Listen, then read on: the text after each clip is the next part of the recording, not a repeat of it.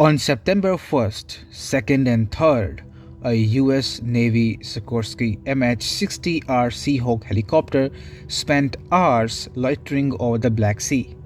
Interestingly, that was the same area where three leaks in Nord Stream 1 and 2 gas pipelines were reported a mere 3 weeks later. But what is more horrifying is the fact that secret efforts are being made to attack other European pipelines as well.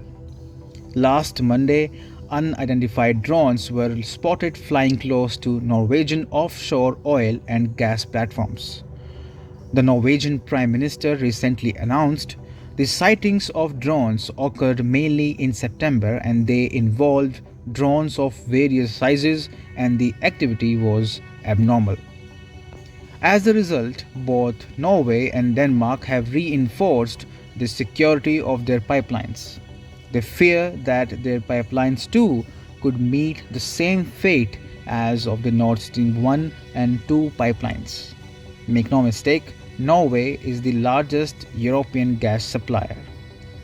But that is not the end of the story. It looks like the Turk Stream gas pipeline, which runs under the Black Sea to Turkey and then on to Serbia and Hungary, could become the next target of the attackers.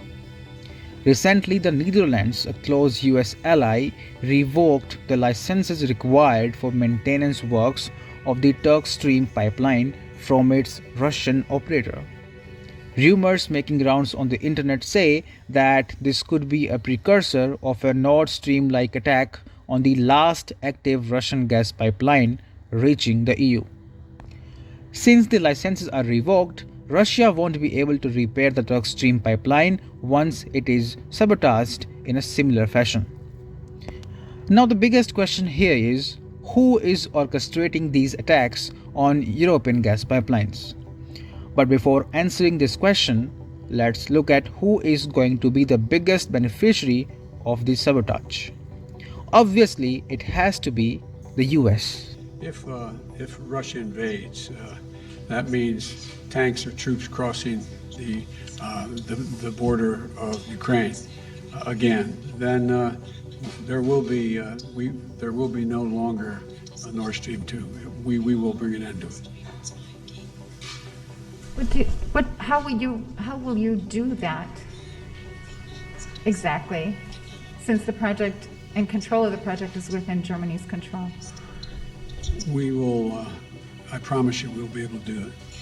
On one hand, US has become the top LNG exporter to Europe in the aftermath of the Ukraine crisis. On the other, US is also shamefully enticing crisis-ridden European companies into shifting their businesses to US, where the business environment remains comparatively less hostile. What I believe is that Biden's actions of attacking Russian pipelines will render the friendly ties between EU and US almost defunct forever.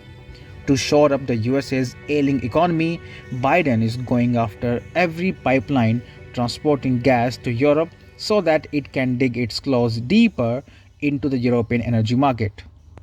But it won't be long before Joe Biden's true face is unveiled before the world.